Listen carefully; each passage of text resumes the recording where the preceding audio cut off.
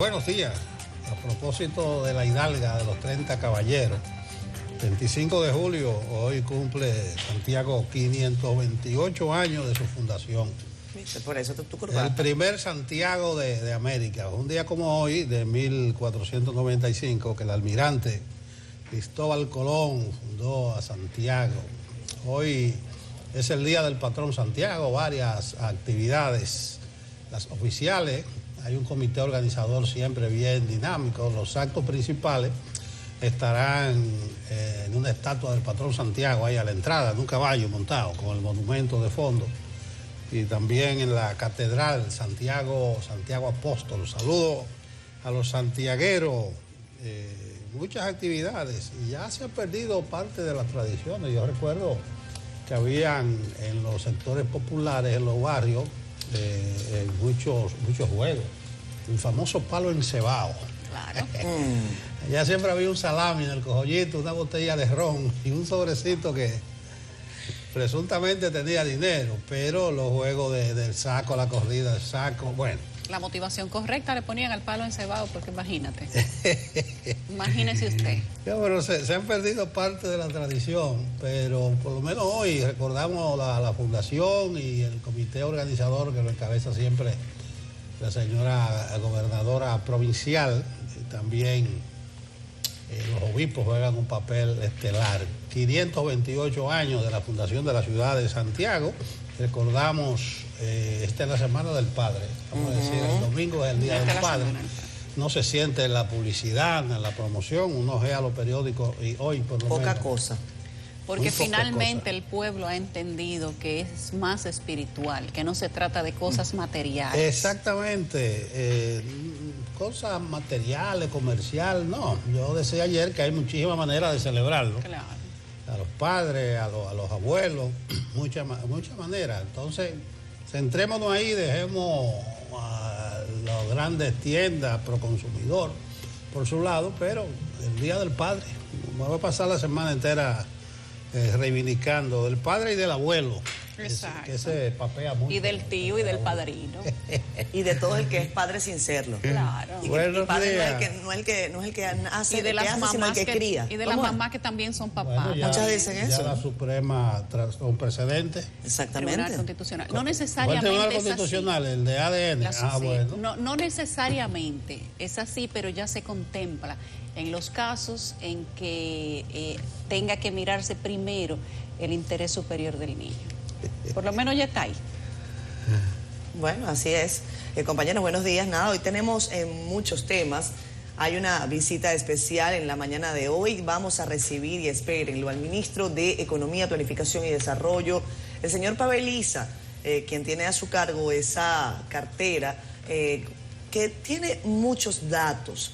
El Ministerio de Economía, Planificación y Desarrollo está permanentemente pensando, analizando data, generando nueva data. Hablaremos del censo, hablaremos de cómo el gobierno está de una manera u otra impulsando planes según su territorialidad.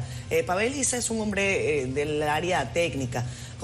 Yo digo que nos quedamos con una ausencia en materia de análisis económico, porque muchos de los especialistas o analistas que consultábamos cuando estaban en la oposición, ¿verdad? Cuando no eran gobierno, por lo menos, vamos a decirlo así, cuando no eran gobierno, están ahora ahí en la administración del presidente Abinader.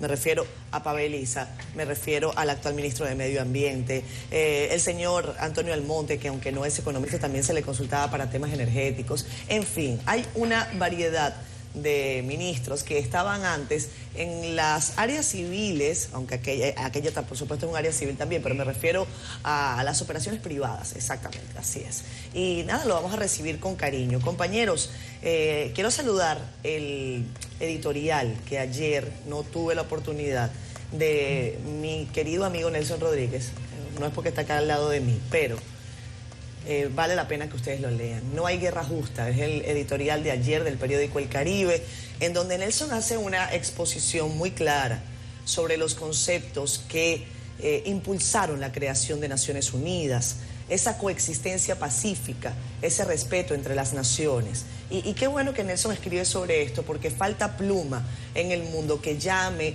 a la cautela, que llame definitivamente a que cualquiera debe cesar su interés personal para dañar, lastimar, lacerar al otro en su patio o en el propio. Vale la pena llamar una vez más a la conciencia, a la humanidad, a que se aferre a ese discurso que, como bien dice Nelson en ese editorial, promueva la paz. Y hay que decirlo, una vez que yo estaba escuchando, Nelson, me parece que ya Polonia va a retirar su embajador ruso, su embajador de Bielorrusia y embajador ruso por las amenazas del grupo Wagner, específicamente sobre Polonia. Este grupo Wagner, que hace una suerte de rebelión y se queda todo así, todo bien. O sea, una rebelión contra Vladimir Putin, una rebelión armada. Y ustedes ven, nadie preso, se sientan, se toman un café, aunque yo no sé si el señor Wagner se lo tomó, pero la verdad es que a uno le queda como definitivamente esa sensación de que hay algo que no cuadra. Evidentemente hay teorías conspirativas, pero el asunto es que sí, el grupo Wagner amenazó la soberanía de Polonia, Polonia está tomando cartas en el asunto y se pone aún más tensa esa región del mundo, que termina por repercutir a todos los habitantes de este planeta, por muy lejos que aquello parezca. Créanme que lo vemos reflejado hasta acá en nuestros anaqueles. Buenos días, Yulisa. Buenos días a los dos. Pues la rebelión no está solamente por allá. Aquí había rebelión. Durante el día de ayer creo que no pecamos cuando decíamos que hacía tiempo que no veíamos, no mucho, unos cuantos meses, al señor Uvieres en la calle, regado con los transportistas, incendiaron un vehículo y todo. Ahorita les vamos a compartir más imágenes y más datos, pero algunos decían, solo faltaba que Uvieres firmara con Leonel para que volvieran los transportistas a la calle, pues han vuelto. Y ayer lo que ocurrió ahí fue una falta de respeto al tiempo del transeúnte, al tiempo de los que iban a su trabajo.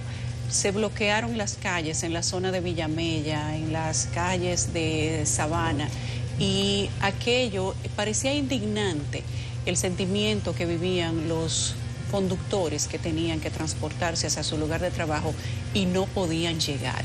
Supuestamente una represión en contra de los AMETS y los miembros del Intran, porque supuestamente se llevan los vehículos cuando están mal parqueados, mal detenidos, y ya ustedes conocen esa historia. Esto es simplemente para que recordemos que la ley aquí no es que no se cumple para todos, es que hay una minoría que considera que a ellos no se les puede aplicar la ley. Hay que revisar cuáles son los métodos que estamos usando de protesta, cuáles son las razones y qué hay detrás de cada método de protesta, incidentar el tránsito, evitar que la gente vaya a su trabajo.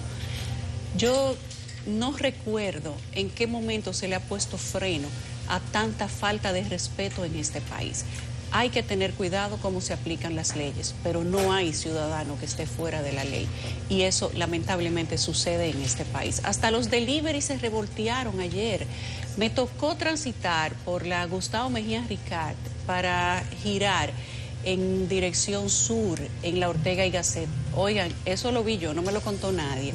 Y los deliveries detenían el tránsito para que cruzaran una jauría de deliveries, de ciudadanos, dueños del país también, porque ahora los motoristas también son dueños del país. Hay un video ahí en el grupo, Yulisa, pues parece que estábamos en la misma zona. A mí me tocó entre la Roberto Pastoriza y Avenida López de Vega. Como tú dices, estaban revoloteados los deliveries, se cruzaban por la vía, uno tenía que literalmente parar el vehículo. Miren, ellos se paraban 3, 4 y lo detenían a la calle, bloqueada la calle, esperando entonces que su jauría se aprovechara o se adueñara de la avenida. No apareció un AMET. Mire, ese video lo hice yo anoche, Yulisa, como a las 8 de la noche. Miren, ahí, eso es la Lincoln. Pero ¿y esto qué es? Miren, eso fue ahí en la estación de combustible. ¿Eso en La Lira? Que está exactamente en La Lira. Y venían por toda la avenida, Roberto Pastoriza, si no me equivoco es esa, ¿sí? Y no dejaban pasar a los vehículos. Se agruparon todos en la bomba de combustible y subieron por la López de Vega. Es una barbaridad. Subieron por la Lincoln, perdón. Es una barbaridad. La calle duró detenida el tiempo que a los motoristas les dio la gana. Normalmente en esa intersección hay 3 y 4 oficiales de AMET. En ese momento no había ninguno, o al menos se recogieron. Eso sucedió al frente del destacamento de Naco en la Gustavo Mejía Ricard. Sin embargo, no salió un policía. Esto es para que ustedes vean que las cosas a veces son así y que la falta de respeto al derecho del conductor, del transeúnte y del libre tránsito solamente se denuncia de manera popular cuando la limita el Estado. Pero cuando la limitan los ciudadanos, entonces la gente quiere quedarse callada. Eso que hicieron los deliveries de pedidos ya el día de ayer es una absoluta falta de respeto. Si querían denunciar, entrarle a patadas a su organización, podían hacerlo en un punto específico, a donde les toca, donde los reclutan y donde les pagan. Pero incidentar en varias calles de la capital el derecho al libre tránsito de varias decenas y cientos de ciudadanos, eso es una verdadera falta de respeto. No he oído al Intran diciendo nada, no he visto a la Autoridad Metropolitana del Transporte diciendo nada tampoco. Entonces las cosas son así. Y he escuchado el mismo clamor de parte de decenas de ciudadanos y la autoridad en silencio, como que esto es tierra de nadie o esto es Macondo. Lamentablemente eso se vivió el día de ayer, pero quieren que solamente le pongamos atención a los transportistas. Y los motoristas. Y este desastre en que se han convertido los deliveries, personas que no respetan ningún tipo de ley, que se vuelan los semáforos enfrente de los AMET, y no hay un AMET que aparezca con la gallardía y la valentía suficiente, o el empoderamiento de la ley, porque la ley nada más se lo aplican a los demás. A los motoristas no hay que aplicarle la ley, a los deliveries no hay que aplicarle la ley, no tienen que cumplir la ley los deliveries. Si esto se va a seguir poniendo de esta manera, entonces a los AMET, a los DGCET, que los manden para su casa. Y al Intran, que se vaya a jugar golf, a jugar bolita, a hacer compra por ahí, hagan lo que ustedes quieran, pero déjenle esa posición a otra persona, que sí entienda que se debe hacer cumplir la ley de igual manera para todos. Lo que está sucediendo en las calles de República Dominicana, me concentro en el Gran Santo Domingo porque lo he visto en diferentes calles y avenidas, es una falta de respeto y un desacato absoluto a la autoridad. Y nadie dice nada. Vamos a ver, que la fiesta continúa y veremos a dónde para. Vámonos a las portadas con Francisco Medrano.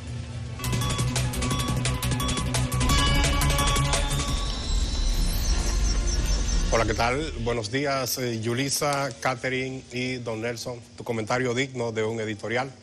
Esa es la realidad. Vamos ahora a presentar las informaciones que tiene el periódico El Caribe en su portada en este día, y lo hacemos con el acuerdo entre el ministro de Educación, Ángel Hernández, y el presidente de la Asociación Dominicana de Profesores, Eduardo Hidalgo, donde ambas partes garantizaron el año escolar y cumplir las demandas de los docentes.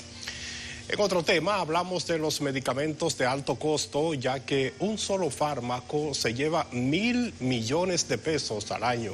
Sectores coinciden en que se debe buscar la manera de fortalecer el sistema de seguridad social. También ampliamos sobre la legislatura que no movió 12 leyes, las cuales fueron priorizadas.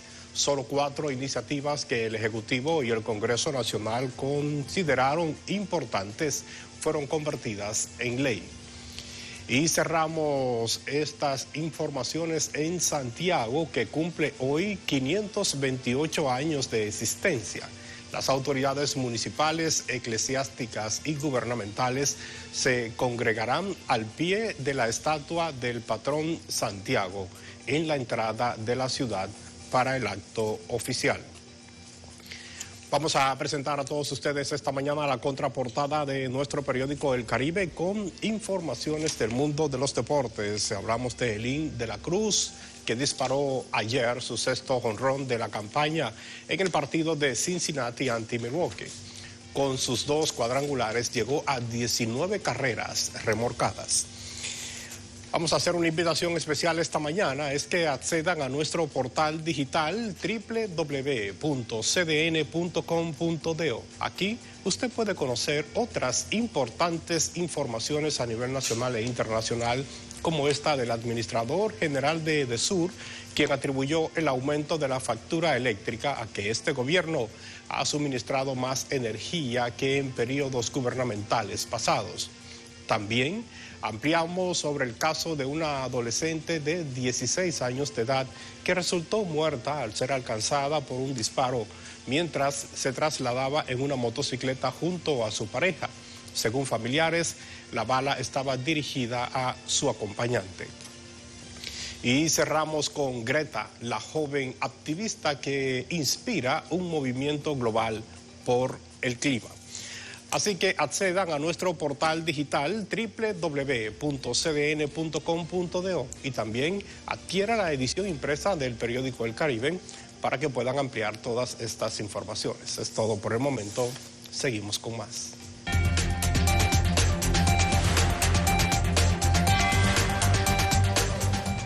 Estoy viendo en el reporte del clima hoy la misma recomendación que las temperaturas seguirán calurosas. Dice meteorología, vestir ropas ligeras, de colores claros. Yo creo que ya hay que ir cambiando el cliché de decir vestir menos ropa.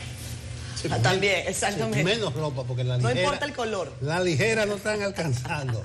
Jean Suriel y el reporte meteorológico. Muchísimas gracias, muy buenos días. Estamos observando atentamente la evolución de este disturbio atmosférico ubicado al este de las Antillas Menores, donde estará llegando en las próximas 24 horas. Todavía tiene posibilidad de desarrollo y de ganar intensidad, aunque está luchando con el polvo del Sahara existente en el Mar Caribe y también en el Océano Atlántico. Aunque no se convierta en depresión tropical, este sistema tiene un campo nuboso muy amplio y estaría induciendo nubosidad en Puerto Rico y en República Dominicana desde hoy. Así que podríamos experimentar un incremento de las precipitaciones asociadas principalmente con este sistema atmosférico que se mueve directamente hacia el Mar Caribe y durante los próximos 2 días estará acercándose a nuestra región, al sureste de Puerto Rico. Observamos también así al este del Atlántico 2 ondas tropicales más que se mueven también con ruta hacia las Antillas Menores por la posibilidad de que para el fin de semana y la próxima semana puedan ganar intensidad en esta región y así convertirse en depresiones o en tormentas. Recordemos que nos encontramos en la última semana de julio y para esta fecha es al este de las Antillas Menores donde los sistemas atmosféricos tienden a incrementarse. Mientras tanto, en el territorio nacional hemos visto una disminución del polvo del Sahara en las últimas 24 horas.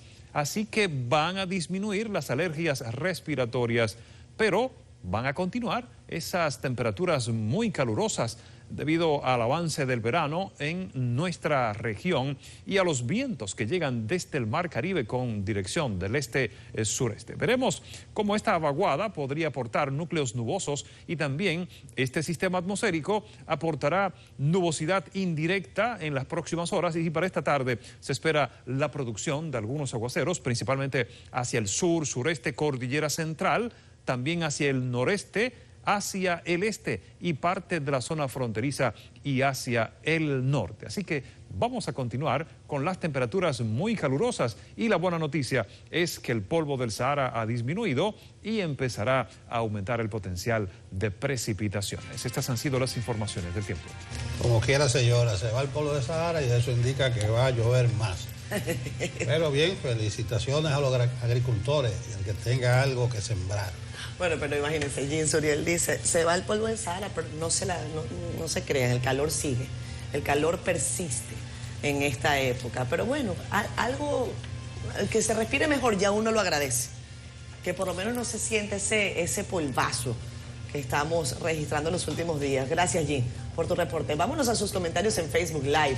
Tempranito nos escribe Oscar Mejía desde el Ensanche Paraíso, dice que la basura pasa un día sí y 2 días no.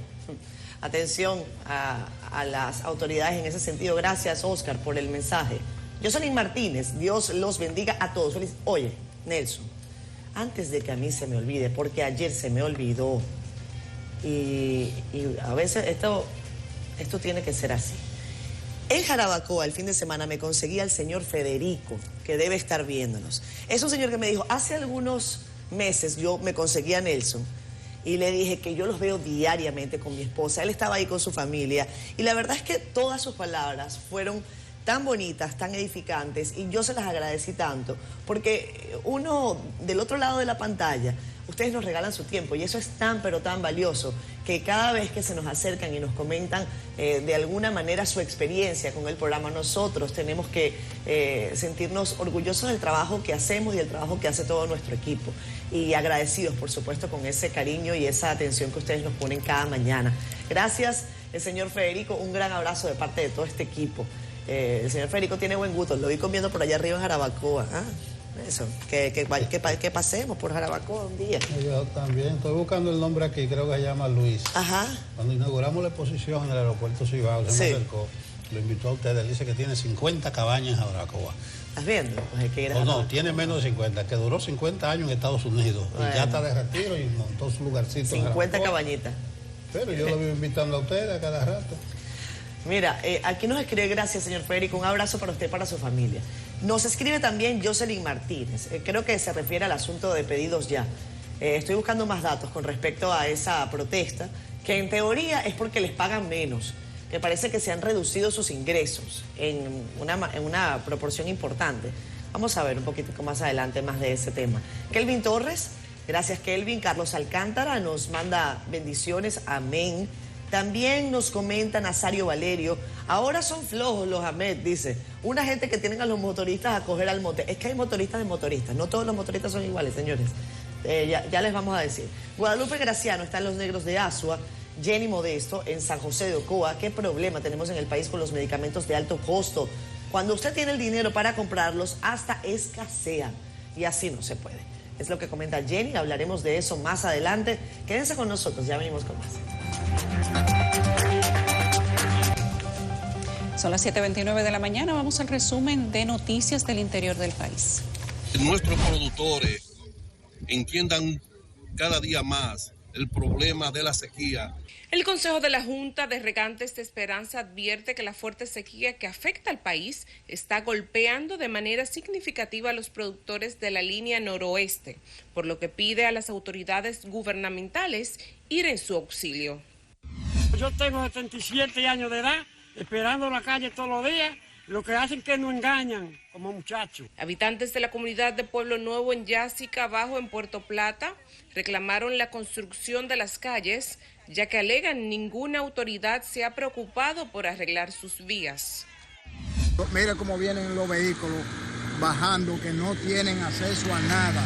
Residentes del kilómetro 3,5 de Boca Canasta en San Cristóbal claman a la sindicatura ir en su auxilio ante los problemas que los aquejan, como son mal estado de la calle principal del sector y la falta de alumbrado público.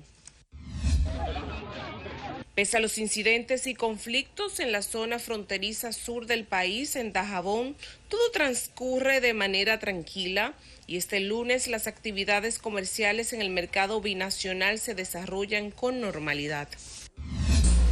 Promovemos la solidaridad para que comunidades de escasos recursos reciban ayuda a través de programas, donaciones e iniciativas de diferentes personas. La sala capitular del Ayuntamiento de Navarrete hizo un reconocimiento a varias glorias del baloncesto dominicano en el marco de las fiestas patronales Santa Ana. Los reconocimientos fueron entregados a José Grillo Vargas, Vinicio Muñoz, entre otros. Yanela Pimentel, CDN. Gracias, Yanela Pimentel. Bueno, ayer el Ministerio de Educación y la ADP firmaron un acuerdo en el Palacio Nacional, con la presencia del presidente Luis Abinader, que retiró su sago bautismal. Estaba también Pablo Ulloa, el defensor del pueblo. Vamos a hablar en breve de eso, pero vamos al reporte con la misma Yanela Pimentel de lo que pasó ayer en el Palacio Nacional.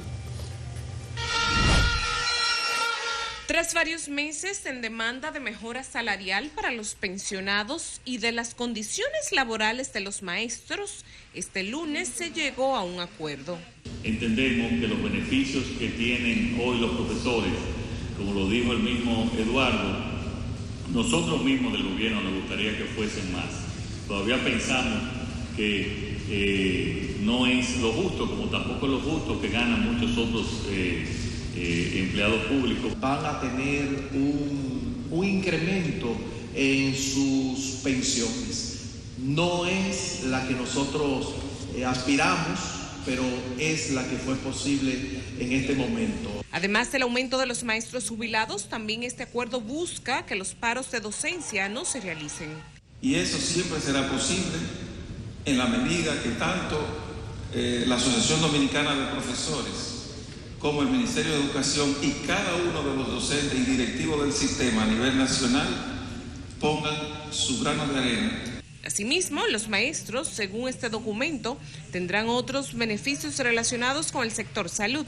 A través del Sistema Nacional de Salud, de 2 hospitales que estarán al servicio de la familia magisterial, que nuestros maestros y maestras activos, jubilados y pensionados, también van a ser parte del programa que tiene salud pública de medicamentos y tratamientos de alto costo. Algunos maestros jubilados tendrán un ajuste de 26,000 pesos si reciben menos de este monto. Esto será a partir del presente mes. Los maestros jubilados que tienen un sueldo de 35,000 pesos estarían ganando 50,000 a partir de febrero del 2024. Yanela Pimentel, CDN. Eso tiene su bemoles, ese acuerdo. Yo he visto un par de editoriales y todo el mundo aplaudiendo con vivas de pie, pero yo no creo que deba aplaudirse ese acuerdo. Claro, que mejoren las condiciones de vida de los maestros, de los pensionados, de los jubilados. ¿Quién se va a oponer a eso? Nadie, claro. Esa es la otra cara, pero si usted lo ve bien, eso es saltarse, obviar el Pacto por la Educación. Mire, el 2 de abril del 14 se firmó el Pacto por la Calidad Educativa, hasta el 30, y ahí está todo. Lo que había que abogar es porque se cumpla ese pacto. Se ha sazonado mucho que en ese acuerdo, bendecido por el presidente Abinader, también Abinader echándole las aguas bautismales, y el ministro de Educación empequeñecido, porque es una derrota por toda la línea del ministro de Educación, por toda la línea. Yo no digo que debió renunciar, pero el asunto es que le sacaron del despacho de él porque no había acuerdo. Venga para acá, dice el presidente, y ahí se firmó un acuerdo y él tuvo que rubricarlo. En eso de que no se pierda la decencia, que se va a garantizar el año escolar, yo estuve revisando Pacto Nacional para la Reforma Educativa en la República Dominicana, 2 de abril del 14, en el Palacio Nacional. Ahí firmó todo el mundo, sociedad civil, empresarios, partidos, todo. Se hacía interminable la fila de todo el mundo que iba a firmar. Y eso es letra muerta. Eso que están reivindicando ahora y que la ADP se compromete a no interrumpir la docencia. Mire, ese pacto en el 4.21 del subtítulo para la calidad de la educación preuniversitaria, la ADP expresamente se compromete a cumplir, cito, el horario y calendario escolar, promoviendo entre sus miembros la asistencia diaria y puntual de la docencia.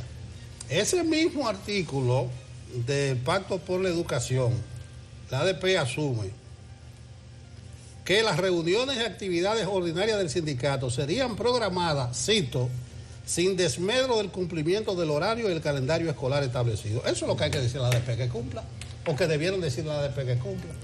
Entonces ahora están celebrando que la ADP va con la presencia de Abinader, que le echa las aguas bautismales y se pone en el medio, a cumplir el calendario escolar.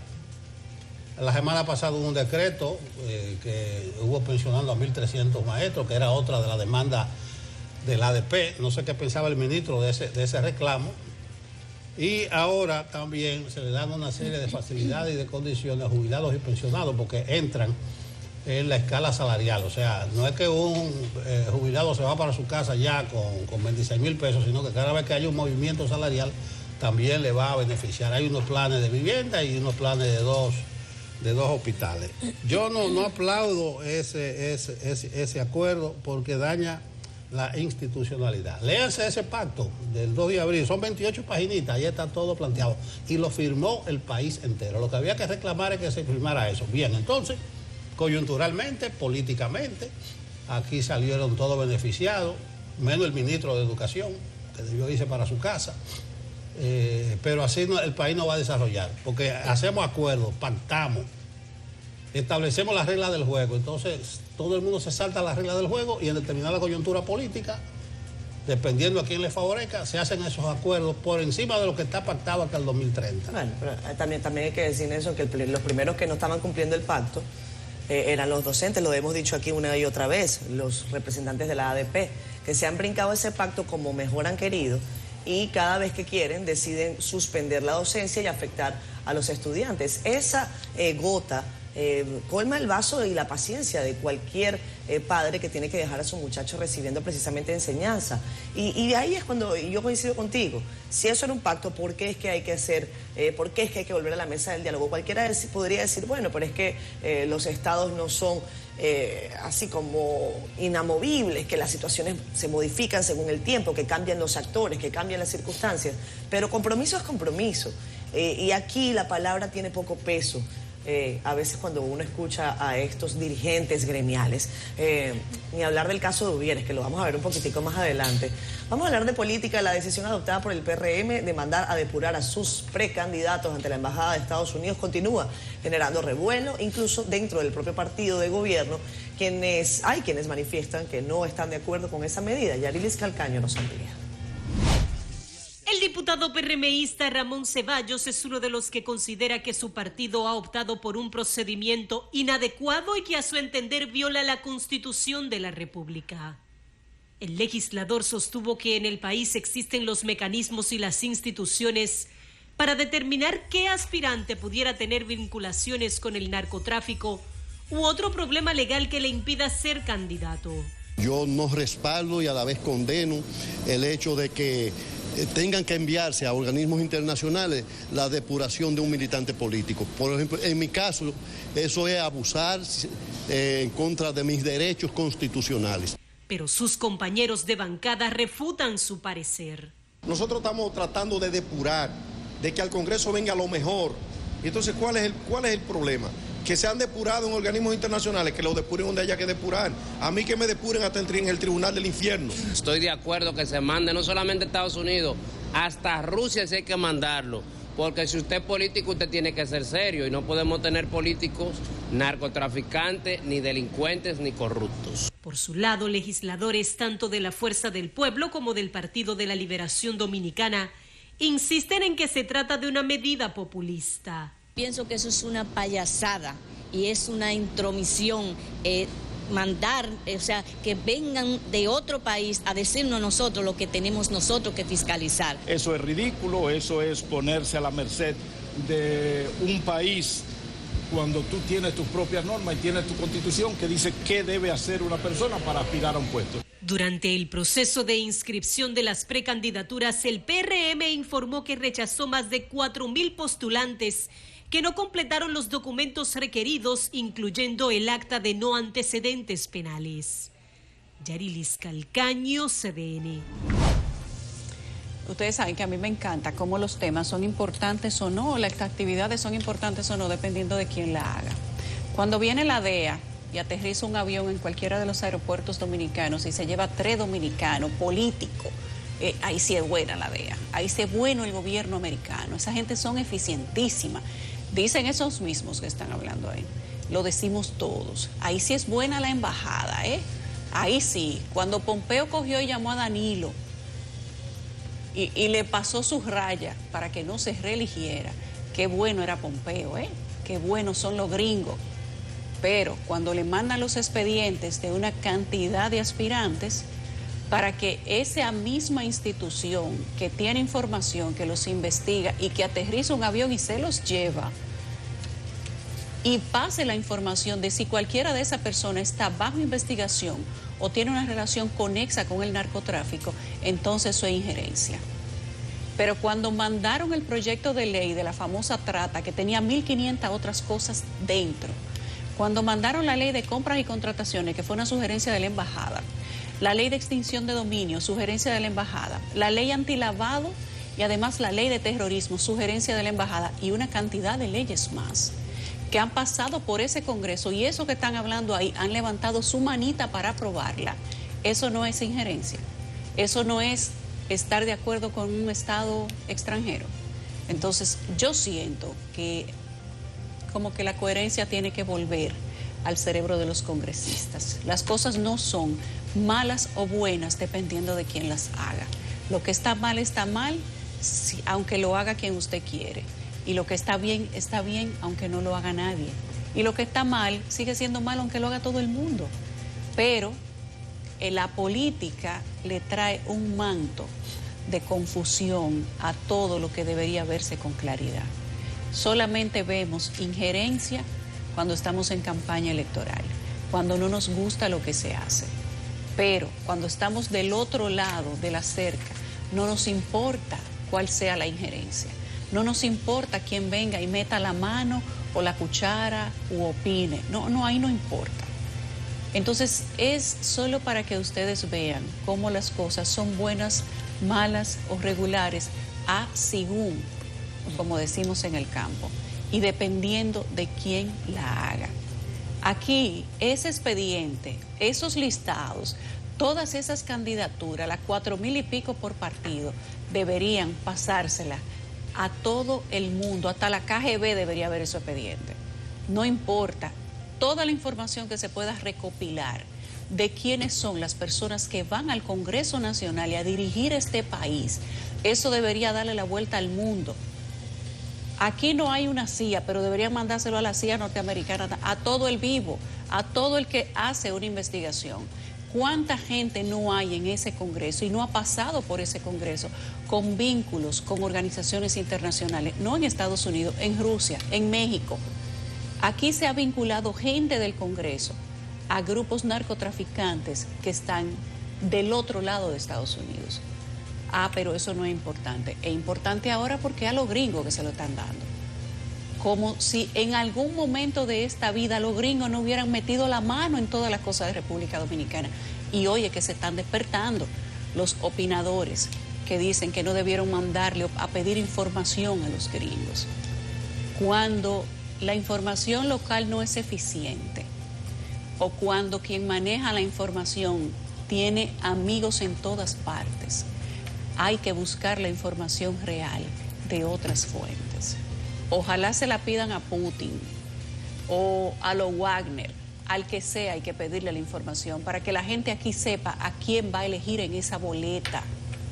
Ese trabajo deberían hacerlo todos los partidos políticos y deberían irse a bases de datos internacionales. Todas las bases de datos internacionales para que usted tenga real información de a quién usted le da el permiso para que vaya en su boleta electoral. Entonces la transparencia también es mala. Este es un país que se repite. Mira, yo no sé qué le pasó por la mente al que metió esa cosa en el PRM. Yo veo varios legisladores del PRM dicen que someterse al escrutinio de organismos internacionales. No es organismo, es un gobierno extranjero. Hay un problema de soberanía. Si fuera organismo internacional, está bien, vamos a la Haya, vamos a la Corte, pero es a un gobierno extranjero. Las condiciones que debe reunir un candidato están establecidas en la ley de partido y también en la ley del régimen electoral.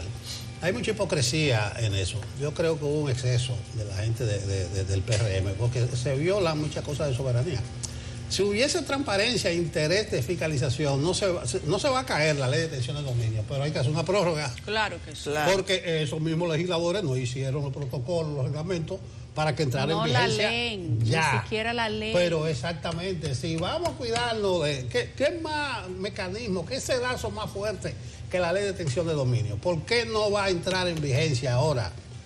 Y están buscando y hay que darle un año más. Buscándole la quinta pata al gato. Porque esos mismos legisladores la aprobaron ante una presión social, pero a ninguno le interesa la ley de extinción de dominio. No han trabajado para hacerle el reglamento a la ley de extinción de dominio. No me vengan ellos ahora que se van a someter al SEDATO de Estados Unidos. La transparencia. Transparencia, eso es prensa. No es un organismo internacional. Señores, eso de los organismos internacionales es tan delicado que usted no puede engancharse a ser funcionario del Banco Mundial de República Dominicana si usted tiene algún compromiso con el Estado Dominicano.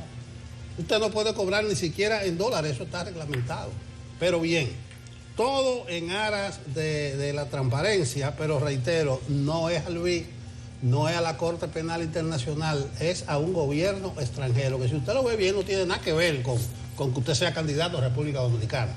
Sí, ese gobierno extranjero, si te agarra en falta después... Pero ojo, que no es solamente a los candidatos. Cuando aquí se quiere depurar una persona con tema de narcotráfico, se le pide información al FBI, a la DEA. Claro, bueno, que hay acuerdos internacionales, pero ahora es una aspiración que es legítima, que la tiene cualquier dominicano de aspirar a un cargo.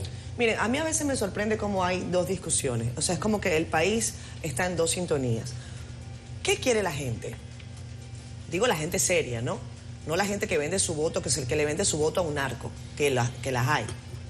O sea, ¿qué quiere la gente seria? Transparencia. ¿Qué quiere la gente seria? Que el candidato por el que haya votado en sano juicio no resulte ser un individuo que se ha beneficiado de dinero ilícito. Eso es lo que quiere la gente. A veces el discurso en los partidos tiene que ver con lo que le afecta a ellos, puertas adentro. Y yo creo que quizás el error del PRM, y coincido con Nelson, es el haber mencionado a la Embajada de Estados Unidos como embajada y no quizás utilizar a organismos internacionales con los que se han firmado acuerdos de cooperación en materia de investigación. Léase DEA, léase Interpol. Yo creo que ahí hubo una pifia del partido de gobierno en decir, vamos a depurar nuestros candidatos a través de la Embajada de Estados Unidos. Ojo, que también le ha tirado la bola a la DNCD, que también le ha tirado la bola a la Procuraduría General de la República. La pregunta, yo lo decía la semana pasada y lo repito, lo reitero, ¿esos organismos pueden hacerlo? ¿Tienen la capacidad para hacerlo? ¿Tienen presupuesto para hacerlo? Yo creo que no. Yo creo que no tienen presupuesto y el PRM lo que hace con esta decisión es lavarse la mano y tirarle esa bola a otro, porque en el pasado no han podido, lamentablemente, filtrar a personas que vienen del mundo del narcotráfico, que vienen del mundo del lavado de dinero y que además les genera un conflicto a lo interno de la entidad partidaria, porque ahí en el PRM, en el PLD, en la Fuerza del Pueblo hay dirigentes con suficiente aspiración positiva para dirigir al país, pero que lamentablemente no pueden competir con el dinero sucio. Muchos aspirantes que se van a enfrentar ahora en primarias o en encuestas y que lo que le están diciendo a uno es, Catherine, ¿cómo compito yo si aquel tiene una funda de billete del narco? Eso lo saben los propios representantes de los partidos políticos, léase PRM, léase Fuerza del Pueblo y léase PLD. Así que no nos llamemos a engaños. Y la gente, yo insisto, lo que tiene que seguir pidiendo es a que se cumplan todos los procedimientos necesarios para tratar de evitar que esa plata llegue definitivamente al Palacio Nacional. ¿O qué es lo que ustedes están pensando? ¿Que eso no llega ahí al final del cuento? ¿Quién puede después decir? Pero déjame preguntarles algo a ustedes dos que están aquí al lado mío. Cuando a un candidato a diputado, al Senado, a la presidencia, viene un hijo de nadie, que usted no sabe de dónde es, que tiene una cantidad de dinero exorbitante y que cuando lo visita te dice cuántos millones son que tú quieres. Ah, claro. 500, listo, yo te lo doy. A usted no le surge ni siquiera una duda. La mínima duda, claro, de hacer la debida diligencia de a quién usted le recibe una cantidad de dinero. Señores, aquí todo el mundo se conoce y aquí hay mecanismos para buscar información. Información más especializada, pero es que ahí están los acuerdos con todas esas organizaciones. El acuerdo que se tiene aquí con la Policía Internacional, con la DEA, con el FBI, es que aquí hay organismos de cooperación bilateral con diversas organizaciones. Era innecesario mencionar a la embajada. Exacto. Lo iban a hacer como quiera. Podían conseguir la información como quiera. Mencionarla estuvo de más. Pero no se sabe qué se quiso conseguir con eso. Ahora, si se hace el trabajo de buscar la información, ustedes y nosotros sabemos que no les interesa. Si a las autoridades, a las actuales, a las anteriores y a las anteriores a estas, les interesara de verdad saber a quiénes tienen en los partidos, los 2 o 3 que están presos en Estados Unidos no habrían sido candidatos. Y los que estaban empresarios o supuestos empresarios solventando aspiraciones presidenciales en pasadas elecciones no habrían sido identificados como empresarios tampoco, porque aquí la gente sabe quién es quién. Es que aquí hay personas que no aguantan una auditoría ni siquiera visual. Y a esa gente los políticos le cogen dinero. Entonces no es necesario mencionar a la embajada. No es necesario, porque usted le pide la información como gobierno, como partido, a la Procuraduría General de la República, a la Dirección Nacional de Control de Drogas, y ellos se encargan de buscar a través de esos acuerdos internacionales información adicional, porque aquí hay información también de cada quien. Bueno, yo creo que, y reitero, el que se inventó eso no sabe en qué se estaba metiendo. Miren, algo que resultó de muy mal gusto a los dominicanos, creo que era 1975. Balaguer le prometió al presidente de los Estados Unidos, si era el 75 seguro era Gerald Ford, que iba a renunciar, que ofrecía su cargo al presidente de los Estados Unidos para que no nos rebajara la cuota azucarera. Eso provocó un gran debate nacional, y si nos retrotraemos a esa fecha nos daremos cuenta el concepto de soberanía y cómo las críticas que recibió el doctor Balaguer con ese desprendimiento de prometerle a Estados Unidos renunciar aquí. Pero que no bajara la cuota. Bueno, entonces, si usted no confía en su militancia, si usted no confía en los mecanismos establecidos que hay aquí, cierre esa tienda. Hay mecanismos, pero que tienen que usarlo. Es que yo digo, es que realmente es una exposición de intenciones. O sea, bueno, esos son mis deseos. ¿Eso va a progresar? ¿O es ruido? ¿O es, como tú dices, Nelson, prensa?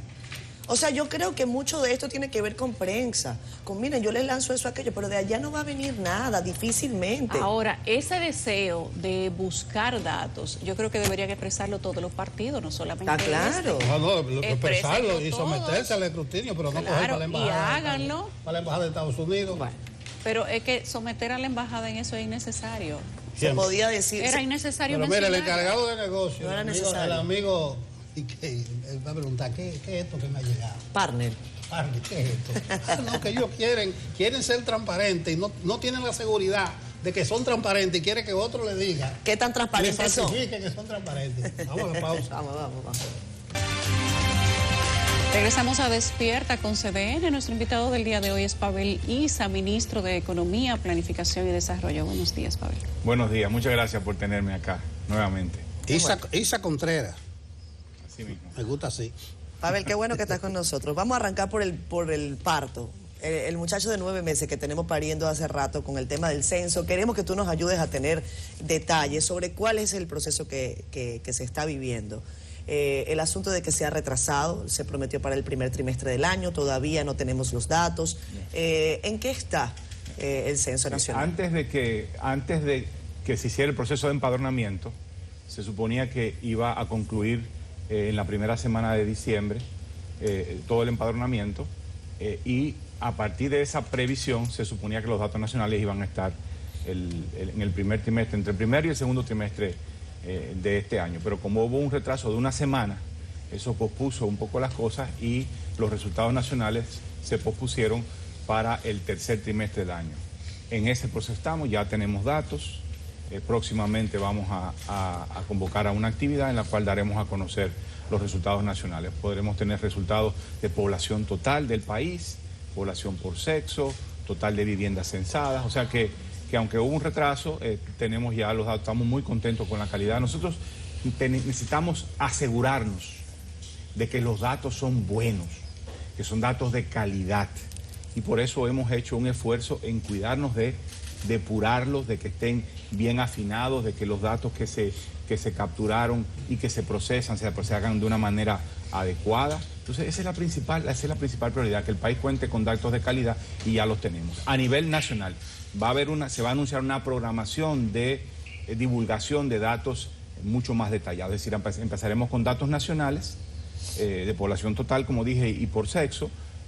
Y luego iremos dando datos más precisos. Es decir, la Oficina Nacional de Estadística dará datos, por ejemplo, por municipio, que es un tema muy importante para el tema de la asignación de los recursos por municipio, características socioeconómicas y demográficas de la población por edad. Eso habrá un cronograma en el cual se irá se irá dando información de aquí hasta el año que viene. Hay que recordar que en los censos anteriores los datos se divulgaban 2 años después de hacer el levantamiento. En esta ocasión estamos dándolos 6 meses después, 7 meses después, o sea, un tiempo bastante ágil comparado con lo que ha sido la práctica anterior. O sea, estamos muy contentos con el proceso. Muy bien, la percepción de la población, yo creo que sintonizo es otra, que hay demasiado ruido, como dice Catherine, que hubo mucha falla. La decisión de la Junta de utilizar el censo del 2010 se ha estado manejando como culpa del retraso en divulgación de estos datos. ¿Tiene que ver una cosa con la otra? No tiene que ver, la Junta tiene su programa, tomó su decisión en su momento.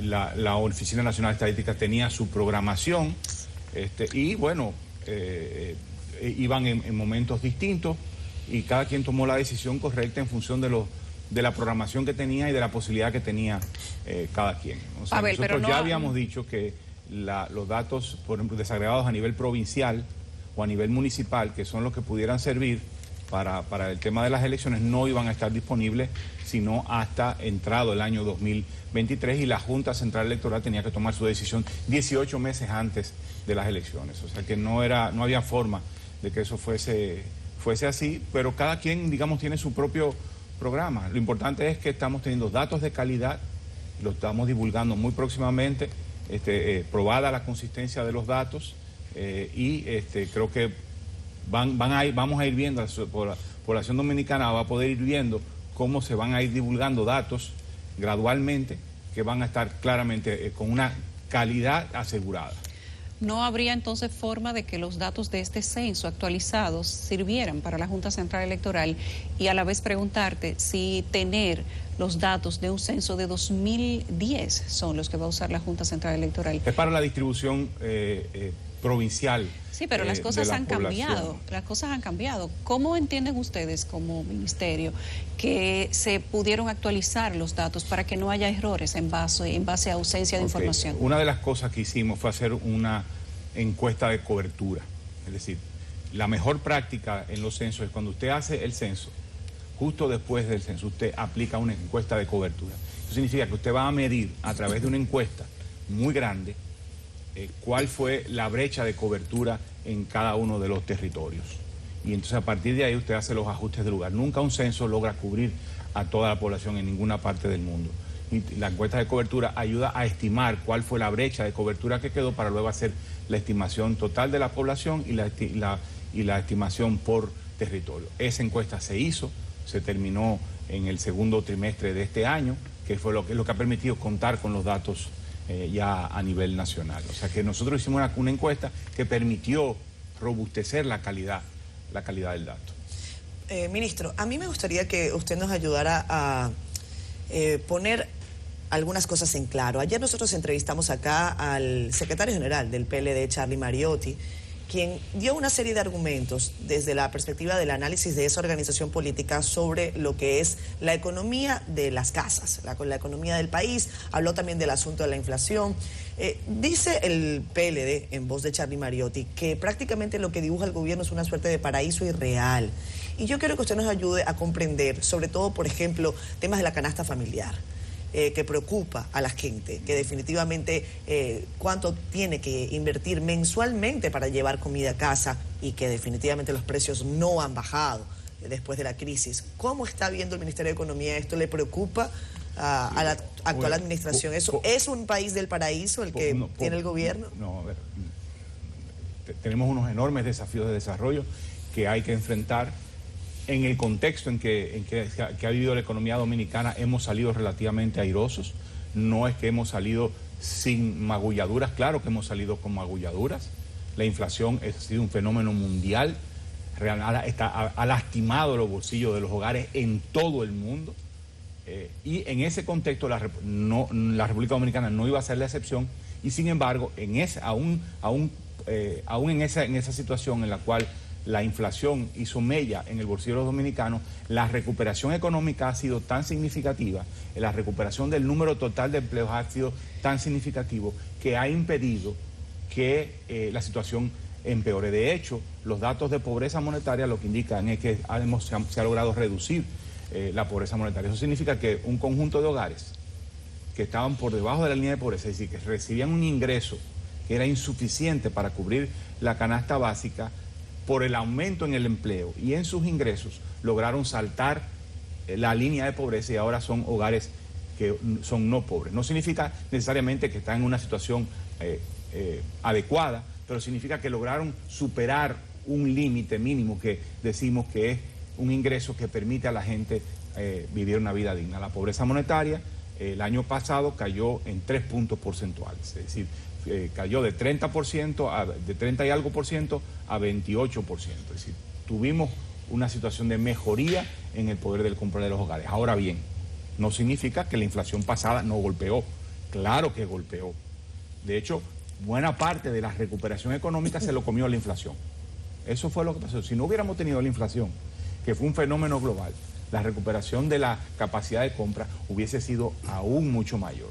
Pero vivimos ese episodio y logramos capear el temporal de la mejor manera que podíamos, aplicando política fiscal, fortaleciendo la protección social, aplicando subsidios para que los combustibles no aumentaran y los alimentos no aumentaran más de lo que aumentaron, aplicando una política monetaria que permitía reducir las fuentes domésticas de inflación, porque habían algunas fuentes domésticas, aunque menores, la mayor parte de la inflación era importada. Así que salimos de una situación relativamente con menos daño de lo que salió, de la cual salió la mayoría de los países. Ahora bien, en este momento ya la inflación no es un problema. La inflación entendida como un aumento del nivel de precios significativo ya no es un problema. Ya estamos en un nivel en el cual la inflación es normal. El golpe pasado nos dio, está ahí, sin duda, repito, hubiésemos tenido una recuperación del poder de compra mucho más significativa de lo que lo tuvimos si no hubiéramos tenido esa inflación.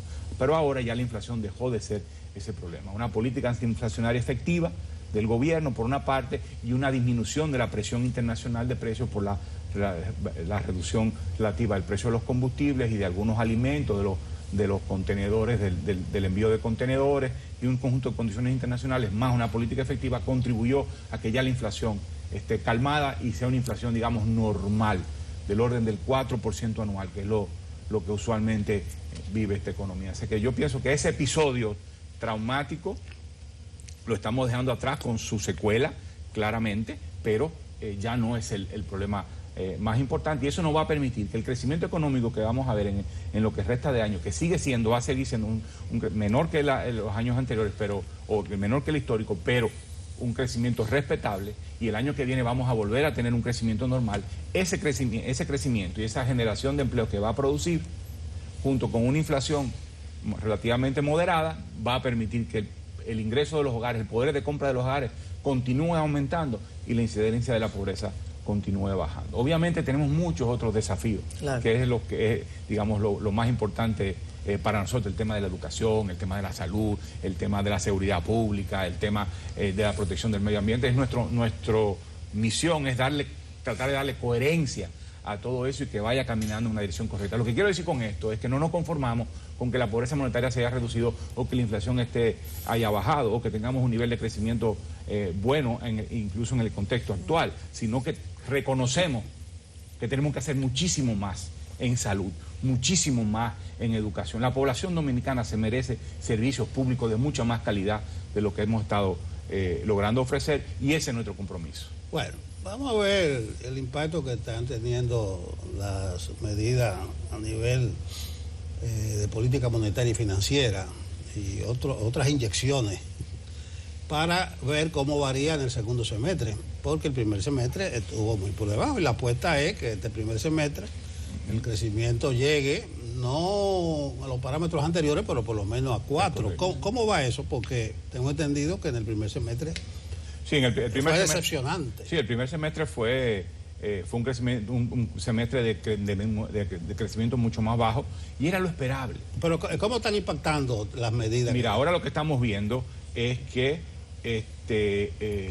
la construcción el flujo de crédito hacia la construcción está aumentando, las remesas están aumentando, el crédito al sector privado está aumentando. Las tasas de interés están bajando. Entonces, todo ese conjunto de factores están apuntando a que ya en julio, agosto, septiembre vamos a ver un aumento muy significativo. Estamos ya viendo un aumento importante de la actividad económica. Esperamos que ese nivel de actividad económica más elevado compense el relativamente bajo nivel de actividad económica. Pero si la República Dominicana al final de año alcanza un crecimiento económico de 3.5 o más, creo que debemos sentirnos muy satisfechos. Si Estados Unidos va a terminar creciendo a la mitad, un poco más de la mitad de lo que crece normalmente. El mundo va a crecer al 2.4%, cuando normalmente crece entre 4 y 5%. Estados Unidos al 1.5%, normalmente crece al 3%. Que nosotros, en vez de crecer al 5%, crezcamos entre 3.5 y 4%, creo que deberemos sentirnos muy satisfechos. No, este no es un año de tan alto crecimiento como normalmente pasa, pero tenemos que apostar a que sea un crecimiento lo suficientemente bueno como para, cuando usted lo combina con una baja inflación, le dé que el incremento, que hay un incremento real en el poder de compra de los hogares. Pavel, decía el secretario general del Partido de la Liberación Dominicana ayer, sentado en esa silla donde tú estás, que el dominicano hoy tiene menos poder de adquisición, que inclusive come mal y poco, que el acceso a las proteínas ha disminuido y que eso era evidente en la relación salario mínimo, canasta básica familiar, y que la misma gente lo dice porque los precios han subido, pero que además el partido de gobierno se jacta de políticas económicas cuando la gente no ha tenido disminución en las tasas de préstamos, porque todo el dinero que el gobierno ha tirado a la calle ha sido para que la gente se endeude. ¿Qué respuesta se le puede dar? No, mira, la situación no ha empeorado, la situación de hecho ha mejorado. No ha mejorado todo lo que quisiéramos que mejorara, pero la situación ha mejorado. O sea, Charlie Mario ha mejorado con relación. Opinamos de manera diferente. Creo que él dice una cosa, yo estoy hablando y hablo con los números, es decir, con los números en la mano. Pero ha mejorado con relación a qué? Con relación 2022 con relación a 2021. Te doy ese dato. El poder de compra real de los hogares aumentó en casi entre 1.5 y 2%, porque el ingreso total de los hogares aumentó en más de 9%. La inflación fue de 8%. El aumento en el poder de compra de los hogares fue de 1 y pico, 2%. Lo que no se comió la inflación. Lo que no se comió la inflación, exactamente. Y eso fue gracias a que hubo una recuperación del empleo. Los ingresos laborales son los que explicaron el aumento en el poder de compra de los hogares. Ahora, no fue mucho, solo fue un 1%, entre 1 y 2%, claramente es insuficiente, pero frente a la inflación del 8% que vivimos entre 2021 y 2022, en ese periodo, caramba, el crecimiento económico fue lo suficientemente fuerte como para contrarrestar eso. Las ayudas sociales también contribuyeron a que el ingreso de los hogares aumentara. Las remesas contribuyeron a que también el ingreso de los hogares aumentara. El programa de alimentación escolar, ¿no? También contribuyó. Ahora, el grueso de la contribución fue la recuperación económica. Y esa recuperación benefició en particular a los hogares más pobres. Cuando uno ve la distribución del aumento en el poder real de compra de los hogares por quintil, donde más aumentó fue en los hogares más pobres. Claro, hay que reconocer algo, fue precisamente donde más disminuyó con la pandemia. Y es normal que en los hogares más pobres, que fueron donde más disminuyó, donde precisamente la recuperación económica más benefició. ¿Ya? Pero fue positivo, no fue grande, no fue dramático, pero fue importante, lo suficiente como para que la situación mejorara en vez de empeorar, mejorara un poco en vez de empeorar. Y solo eso, para mí, en un contexto tan complicado como el que hemos vivido, creo que es motivo de satisfacción, no de regocijo. No hay que sentirse que tuvimos un enorme éxito, sino que logramos pasar un periodo de tránsito traumático, difícil. Salimos de ese periodo de manera relativamente bien, mucho mejor que muchos otros países. Ahora tenemos que pensar en, bueno, ¿qué vamos a hacer de aquí a largo plazo? ¿Cómo vamos a reducir la mortalidad materna? ¿Cómo vamos a mejorar la calidad de la educación? ¿Cómo vamos a seguir mejorando el tema de la seguridad pública, la justicia y la protección del medio ambiente? Ya yo creo que estamos volviendo, ya pasamos el periodo más traumático, más difícil. Ahora tenemos que concentrarnos en las cosas de largo plazo, volver al negocio del desarrollo, como yo suelo decir. Ese es nuestro negocio es ver cómo transformamos esta economía para que genere mucho más empleo de más calidad, de más alto salario y provea más y mejores servicios públicos. En ese sentido, en el caso del empleo, debo destacar lo siguiente. Lo que hemos visto es un aumento muy significativo del empleo formal. En el último año y medio, casi todo el empleo que se ha creado ha sido empleo formal, de manera sorprendente. Es decir, que estamos aumentando el empleo de más calidad. No significa, debo decir, que todos los empleos formales son de calidad.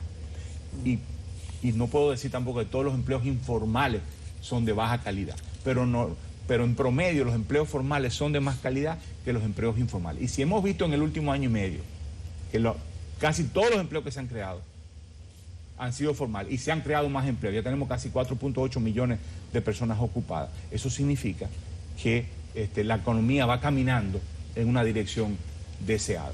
No está garantizado, hay que reforzar la marcha, hay que vigilar más cómo hacemos para que sean los empleos de calidad los que se creen y no los empleos más informales de menor calidad. Eso es un desafío y nuestro compromiso en el Ministerio es lograr que el Estado se articule en esa dirección. Ministerio de Industria y Comercio, Ministerio de Agricultura, es decir, las áreas en donde se crean principalmente los empleos, el trabajo con las MIPYMES para que éstas puedan irse transformando tecnológicamente y logren pasar de ser empresas precarias a empresas más sólidas que puedan emplear de forma más digna a las personas, pagarle mejores salarios con cobertura de la seguridad social y demás. Ese es nuestro compromiso. Ministro, esta mañana el presidente de la República, Luis Abinader, dice en un medio de comunicación que están trabajando en presupuesto complementario. Me gustaría saber los apuntes a los que ha llegado el Ministerio de Economía, Planificación y Desarrollo en ese sentido. ¿Cuáles son los aportes que se tienen en la elaboración de ese documento? Yo no voy a meterme en los detalles al respecto porque es una responsabilidad de mis colegas del Ministerio de Hacienda. Pero puedo decir que probablemente no vayamos a ver un significativo desalineamiento con lo que fue el presupuesto original. Hay ajustes que hacer, hay cambios que tendrán que ser incorporados, hay que revisar la meta de déficit, pero no va a haber un gran desvío de lo que fue el presupuesto original. Y yo creo que eso también es un motivo de satisfacción de que aún en el contexto actual, todavía con precios del petróleo altos, todavía con precios de los alimentos altos, aunque menores que en 2022, eso ha hecho que aún en ese contexto las finanzas públicas se mantienen relativamente estables, relativamente sólidas. Los mercados internacionales así lo están indicando. Los inversionistas quieren invertir en bonos dominicanos, se sienten relativamente confiados en eso, así que nos dan una calificación crediticia mejorada, o sea que se está percibiendo que estamos manejando las finanzas públicas de forma relativamente adecuada. Obviamente necesitamos que el Estado tenga mucho más capacidad de lo que tiene ahora, necesitamos más recaudaciones, necesitamos poner al Estado en condiciones de financiar lo que tiene que financiar y para eso se necesitan mucho más recursos, pero eso será tema de otro momento. Vamos a ver qué tan robusta y sana es la economía dominicana. Me voy a referir a los subsidios. Cáceres y seis economistas hacen unas intervenciones geniales. Mientras más subsidios, más pobreza. El presidente Abinader dijo en su rendición de cuentas 87.000 millones, estoy hablando de memoria, de subsidios y ayuda y programas sociales. Tú puedes decir que el grueso de eso es el sector eléctrico. Bueno, tal vez 60 y pico el sector eléctrico. No quiera. Pero... Sí, lo que te quiero decir es que no es para subsidios sociales, sino para evitar que la tarifa suba. Y cuando le dan 500 millones, que los arroceros, que agricultura no le cumple, eso es una economía sobre base falsa. Bueno, estamos hablando de que tienes una situación en el sector eléctrico que tienes que atender. Hay un sistema, hay un problema estructural en el sector eléctrico. Pero ponle 30 más a los programas sociales. La cobranza. Bueno, hay que dividirlo, ¿no? Sí, déjame el sector eléctrico los programas. Pero cada vez que cuando tú hablas que Supera te dice que va a incorporar 300.000 personas. Subsidios sociales. Se dice que como la gran cosa, pero lo que está diciendo es que tiene que ir en rescate de gente. De personas que no tienen capacidad. Sí, que hay más pobres. Lo que pasa porque es tú digas que la pobreza alimentaria... La pobreza también es un tema que no también el los tema subsidios, los subsidios son reflejos y se parece a ti ese análisis. Pero Nelson, a ti al INTE se parece a... No, pero Nelson, sí, o sea, estamos hablando, en este país tenemos 28%, 27% de población con ingresos de pobreza. O sea, no nos llamemos engaño. Bajó claro que sí, de 3 puntos porcentuales de 2021 a 2022 y parece que continuará continuará bajando. Vamos ahora a sacar datos trimestrales de pobreza, que eso no se hacía antes, ahora lo vamos a sacar y lo vamos a publicar para darle seguimiento continuo y para que la población pueda darle seguimiento continuo en una política de transparencia. Pero tenemos una población que un poco más de un cuarto de ella recibe ingresos de pobreza. Eso no nos llamemos engaño, aunque mejoremos, tenemos esa situación. Si estamos hablando de un desafío de largo plazo, de cambiar el tipo de empleo que está generando esta economía, tenemos que movernos hacia una economía mucho más moderna. Hay una transformación del tejido productivo. Y en ese contexto, la política de protección social es inevitable. Pero la pregunta es, ¿son menos pobres porque tienen mejores recursos? O sea, ese 3% que ustedes dicen, que han logrado reducir. El número de personas pobres. La pregunta es, ¿son menos pobres porque han logrado conseguir empleo, salir para adelante? ¿O son menos pobres porque ahora se les subsidia más? Es más lo primero que lo segundo, mucho más. Pero incluye de lo segundo. Incluye de lo segundo. Claro, porque es que mientras sigamos financiando eso, para ver, realmente el subsidio elimina la pobreza, o sea, o los convierte en pobres permanentes. No, el subsidio no es una transferencia que cambia las condiciones estructurales de la población. Claro que no. Sino que lo que hace es amortiguar la situación, lo que hace es aliviar la situación, pero el desafío es precisamente ir desmontando eso, y así que la gente pueda por su propio medio porque tiene habilidades, porque tiene capacidades, en un proceso colectivo. ¿Cuántos han salido de ese esquema, Pavel? O sea, por ejemplo, ¿cuántas personas estaban en el sistema de subsidios sociales del Estado y hoy no están? O sea, ¿cuántas personas puede decir este gobierno o el anterior? Ya no están. En la pandemia subió mucho, sí, y luego de la pandemia bajó y se ha mantenido estable en los últimos 2 años, 3 años, en 1.5 millones. Exacto, estable significa que no salen de ahí. De hogares. Yo creo que hay también un desafío en transformar la política de protección social para hacerla más focalizada, más depurada. En eso estamos. El sistema único de beneficiarios está depurando, mejorando, es decir, el SUBEN. La idea es que, bueno, si usted tiene un empleo formal, si usted usted está bancarizado, usted no debería estar recibiendo subsidios sociales. Entonces, pero a eso hay que hacer continuos levantamientos de información en el territorio con la gente, levantando información en los hogares para ir depurando. Se está haciendo ese trabajo en este momento, tratando de racionalizar esa nómina, y eso es un proceso largo, continuo, permanente. Pero efectivamente, o sea, Nelson, estoy de acuerdo con ustedes en que hay una situación esto no es una economía rica, esto es una economía de un país en desarrollo con un poco más de un cuarto por ciento de la población con ingresos insuficientes. Tenemos que hacer políticas de asistencia social para aliviar mientras trabajamos a largo plazo para que el aparato productivo genere los empleos que necesita. Está bien, pero dile a Gloria Reyes que no celebre tanto cuando le lleva tarjeta a 80.000 gente. Ya. Que no lo celebre eso mucho. Ministro, has mencionado en cada respuesta que este no es un país rico, que es un país en desarrollo, que necesita más ingresos y que necesita invertir más o gastar más para hacer que muchas cosas se solucionen. ¿Cómo se van a aumentar las recaudaciones? Sí, parece que es un tema muy importante porque lo has focalizado en cada una de las respuestas. Si se ha dicho desde el gobierno que no se va a hacer una nueva política de aumento de los impuestos, ahora hay una amnistía en proceso para el tema de la Dirección General de Impuestos Internos, que creo que ya se aprobó medianamente, falta una segunda parte, pero parece que se va a aprobar también.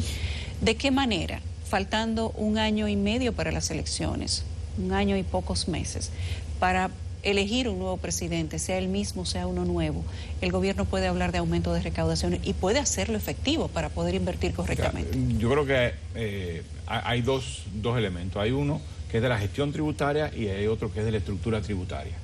La gestión tributaria es cómo logras, con la estructura tributaria que tienes, con los impuestos que tienes y con las exenciones que tienes, lograr aumentar las recaudaciones más velozmente de lo que crece la economía, de tal manera que tú puedas decir, estoy aumentando las recaudaciones en términos relativos. Entonces, eso es continuar mejorando la gestión tributaria. Creo que las direcciones, tanto de General de Impuestos Internos como la Dirección General de Aduanas, están haciendo un trabajo bueno en depurar, en mejorar esa capacidad, pero eso no te va a mover la aguja de un día para otro, sino que gradualmente tú vas mejorando tus indicadores, tus recaudaciones a largo plazo. Y eso vale hoy, mañana y dentro de 10 años. Eso es fundamental en una gestión, una administración tributaria. Ahora, el otro lado es el lado de la estructura tributaria. los impuestos, las exenciones, las tasas. Y yo creo que eso requiere de un proceso político. Obviamente, como dices tú, en este próximo año eso no va a ser posible. Los 2 primeros años estuvieron comprometidos con la pandemia y con la guerra y no había manera de hacer eso sin generar un nuevo trauma, pero este país necesitará de repensar su estructura impositiva, elevar las recaudaciones. No tiene que ser porque se esté aumentando tasas, de hecho esa parte se está agotando. Lo que hay que es reubicar tasas, mover las bases, aumentar el número de servicios y de bienes que pagan impuestos. Pudiera haber incluso reducción de algunas tasas, aunque soy un poquito más escéptico con respecto a eso, pero es reorganizar el sistema tributario para que los que cargan mucho ahora no carguen más, y para los que no tienen carga o cargan poco, de hecho o de derecho, empiezan a contribuir con el serrucho colectivo que es los impuestos. Ese es el desafío probablemente a partir de 2024. Pavel, ahí mismo, has mencionado hace unos minutos los altos índices de la mortalidad materna. Sabes que en República Dominicana más del 60% de los índices de mortalidad materna corresponden a madres haitianas, a parturientas haitianas que llegan a República Dominicana de una manera ilegal. Y hay una situación de crisis por el tema del desabastecimiento, porque más del 50% de inversión en hospitales de la zona fronteriza se invierte en esta población. ¿Cómo piensa el gobierno solucionar esa situación? El tema de la mortalidad materna es un tema viejo. Así es. Tenemos 20 años hablando de ese tema, es decir, que la República Dominicana mostraba unos indicadores de mortalidad materna, hace 15 años yo recuerdo, mostraba indicadores de mortalidad materna mucho más altos de lo esperable para un país como este, con el nivel de ingreso y de nivel de desarrollo como este. O sea, que era una deuda pendiente que el Estado Dominicano no había logrado resolver a través de políticas públicas efectivas. Ahora este problema pudiera estar siendo agravado por el influjo de personas que no tienen prechequeo natal, porque eso es uno de los problemas más importantes, la falta de prechequeo, de chequeo prenatal. Yo creo que los detalles sobre cómo lidiar con eso habrá que hablarlo con los colegas del Ministerio de Salud Pública. Nosotros estamos acompañamos la discusión no solo de ese tema, sino de muchos otros temas, pero digamos que la vocería la tiene que tener el Ministerio de Salud Pública y el Servicio Nacional de Salud. A ver, hay otro tema que es de larga data y que yo creo que vale la pena que se le ponga especial atención. En octubre del año pasado ustedes mostraban un estudio sobre desigualdad, inequidad. Y yo creo que es bueno que tú nos hagas algunos apuntes sobre cómo marcha República Dominicana. Evidentemente son los datos los que pueden revelar de una manera más real lo que está ocurriendo en la totalidad del país. Pero no hay que ser demasiado técnico como para darse cuenta que hay una realidad abismal, entre lo que ocurre, no digo yo, entre el sur y Santo Domingo, porque durante demasiado tiempo se ha considerado el sur como la región más pobre del país y entiendo que ya no lo es tanto. Pero nada más hay que cruzar del borde del río Sama al polígono central de la capital para darse cuenta de la diferencia abismal, el proceso de inequidad abismal que tenemos en el país y que puede constituirse en un gravísimo, es más, no creo que pueda, es un gravísimo problema para este país y para todos los de la región.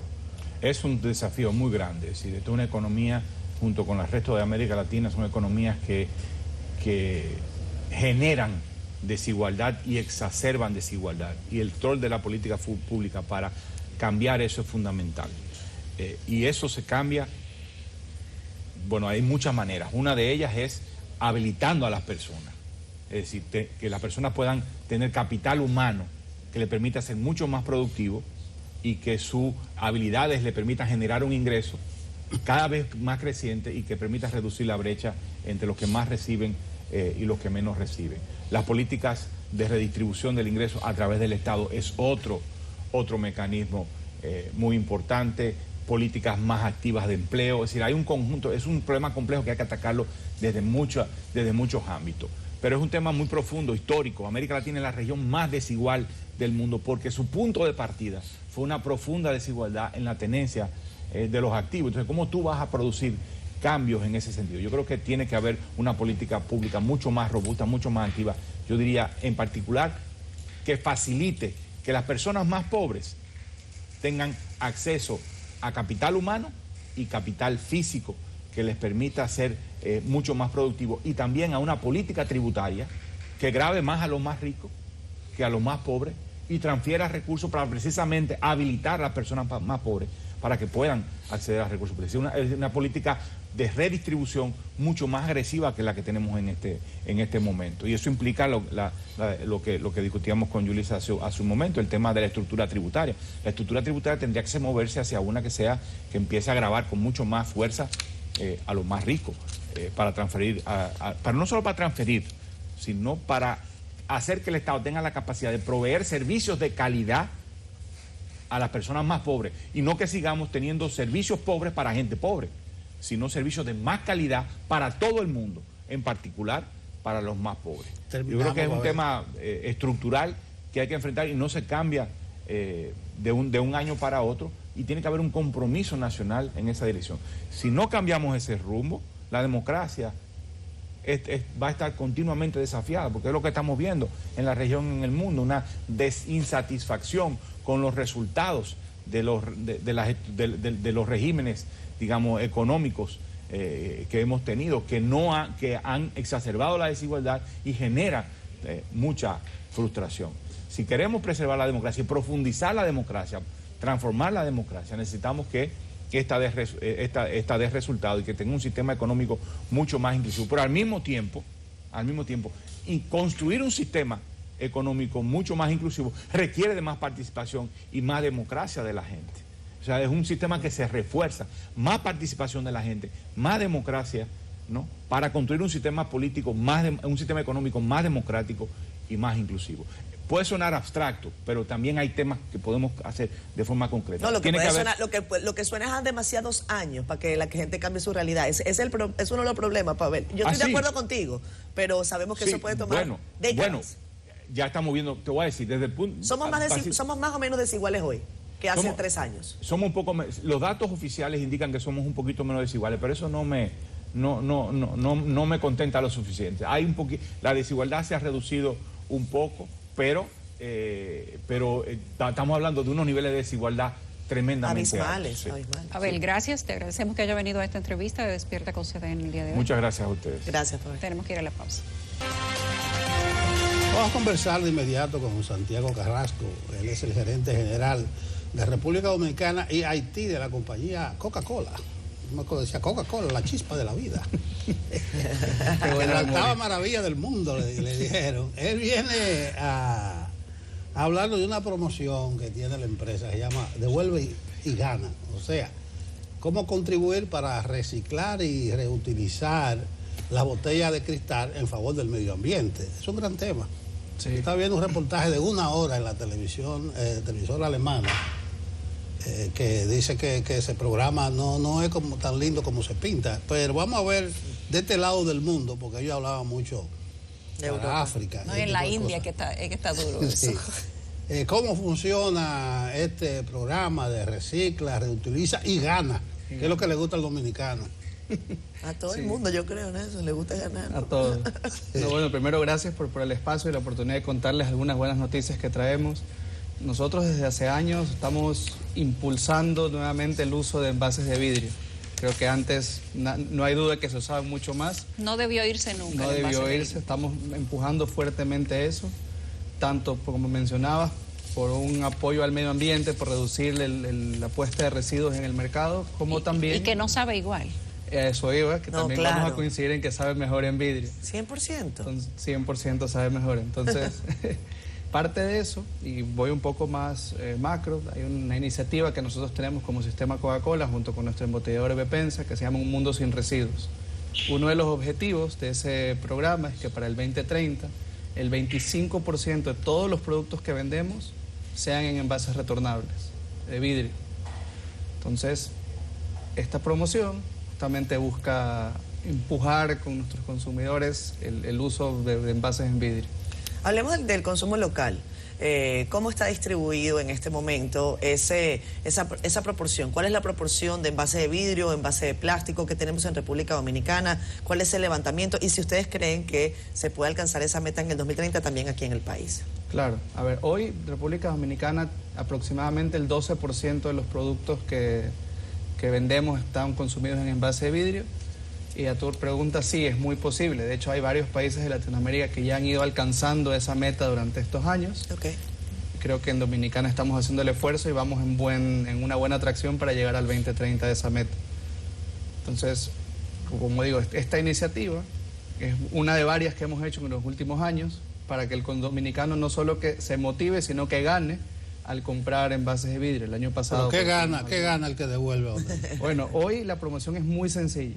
Tú llegas al colmado con tu tapa verde y te dan un descuento de 5 pesos sobre tu compra. En la próxima botella. En la próxima botella. Entonces cuesta 50 pesos una botella de 1,25 litro de vidrio. Entonces tú la compras, guardas la tapa y en tu siguiente compra con la tapa recibes 5 pesos de descuento. ¿Y no puedes como acumular las tapas para que después también? Podrías acumular las tapas. Puedes acumular. Bueno, cuando yo era pequeña, no hace tanto, las promociones eran muchísimas. Guardar las botellas de vidrio en los huacales, aquellos cuadrados que venían, era una cultura. La gente recogía las botellas en su casa, en el patio, donde sea, y la lavaba y iba y la ponía en el huacal porque pasaba el camión a recoger los huacales. Sí. Va a volver esa cultura, piensa en una campaña de educación pública para hacer una contribución a que la gente vuelva a la cultura de recolectar sus botellas en casa, guardarlas en el huacal, devolverlas al camión. El sistema de distribución años atrás sin duda era distinto. Ahora la gente se apoya mucho del colmado porque hay un colmado en cada esquina, pero antes no funcionaba así. El camión hacía una labor casi de vecino porque pasaba prácticamente todos los días por un sector en específico, pero los anuncios de Coca-Cola y de muchos otros productos antes eran muy educativos. No iban necesariamente a generarle placer a la gente para que comprara más, sino que combinaba ambas cosas. La cultura Coca-Cola de esta era va a volver con esta campaña de eliminar plástico, usar más vidrio, a utilizar quizá la campaña educativa. ¿Qué planes tienen ustedes para lograr esto? Sí, claro que sí. A ver, y divido la pregunta. Nosotros vamos a seguir impulsando la venta a través de los colmados. Los colmaderos son nuestros socios principales, o sea, el canal tradicional es nuestro cliente más grande, sin duda. Y hay obviamente los camiones, trabajamos a través de ellos. Sin embargo, a nivel educativo sí, tenemos hecho varias campañas al aire hoy. Aquí en Santo Domingo, por ejemplo, puedes ver muchas vallas, hay algunos comerciales que ya trabajan esa parte de devolver la botella, de que la retornes, de que el vidrio sabe mejor, combinados los dos mensajes. Entonces, hoy tenemos activo eso y vamos a seguir muy activos con la educación a los consumidores y al público de que tiene que guardar su botella, de que hay que regresarla al colmado, etcétera. Entonces sí, estamos muy activos con eso. Santiago, estamos hablando de la parte de que hoy representa el 12.5% de su envase. ¿Qué decir del otro 80 y pico %? ¿Cómo están ustedes manejando el asunto del plástico? ¿Tienen una preocupación por el tema medio ambiente? Ya sabemos que la campaña busca llevarlo a 25% hasta el 2030. Pero ¿qué se está haciendo hoy para el manejo del plástico? Que es algo que preocupa, por supuesto, a todos. Claro, dentro de esa campaña que les mencionaba, que hacemos un mundo sin residuos, evidentemente el otro pilar está sobre el resto del portafolio. Entonces, dentro de eso hay dos iniciativas, una de recolección, en la cual venimos trabajando hace algunos años también para asegurar que recolectamos el mismo número de toneladas que se ponen en el mercado, para asegurar el correcto procesamiento de ese plástico. Adicionalmente, garantizamos que el 100% de nuestras botellas son hechas con plástico reciclable, eso ya es una realidad hoy, y estamos trabajando para que además las botellas empiecen a ser de plástico reciclado. Ahora, eso es parte que va de la mano con la recolección. Hoy en el país no existe todavía un sistema de procesamiento de botellas, hoy las exportamos. O sea, ese plástico que recogemos tiene que salir del país, pero estamos trabajando con varias iniciativas para poder tener suficiente plástico reciclado también para usarlo y generar economía circular, que es lo que al final estamos buscando, ¿no? ¿No hay interés en el país de establecer plantas recicladoras de plástico en el corto o mediano plazo? Hay algunas conversaciones que se están teniendo a nivel de industria, pero todavía es un proceso que está muy incipiente. Se está trabajando. Tú eres gerente para Haití también. Ese porcentaje de 12% también es para Haití. ¿Y cómo operan ustedes allá? Es similar, es bastante similar.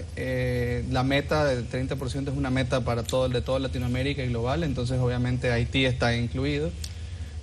Hoy la operación pues tiene sus complicaciones normales por el contexto, sin embargo nosotros nos mantenemos operando, tratamos de igual tener programas, tenemos un programa activo de recolección, tenemos un programa activo de de agua, etcétera. O sea, las mismas métricas las trabajamos con ellos, pero obviamente el contexto país es algo que no podemos controlar. Sin embargo, la operación hoy, pues, principalmente fuera de Puerto Príncipe, se ha mantenido. Se mantiene bastante regular y obviamente lo que sucede ahí lo manejamos en la medida de lo posible, siempre salvaguardando la seguridad de nuestros empleados, de nuestro personal allá y evitando cualquier tipo de sobreriesgo. Bueno, yo no me imagino un jefe de banda tirándose una Coca-Colita en una pausa.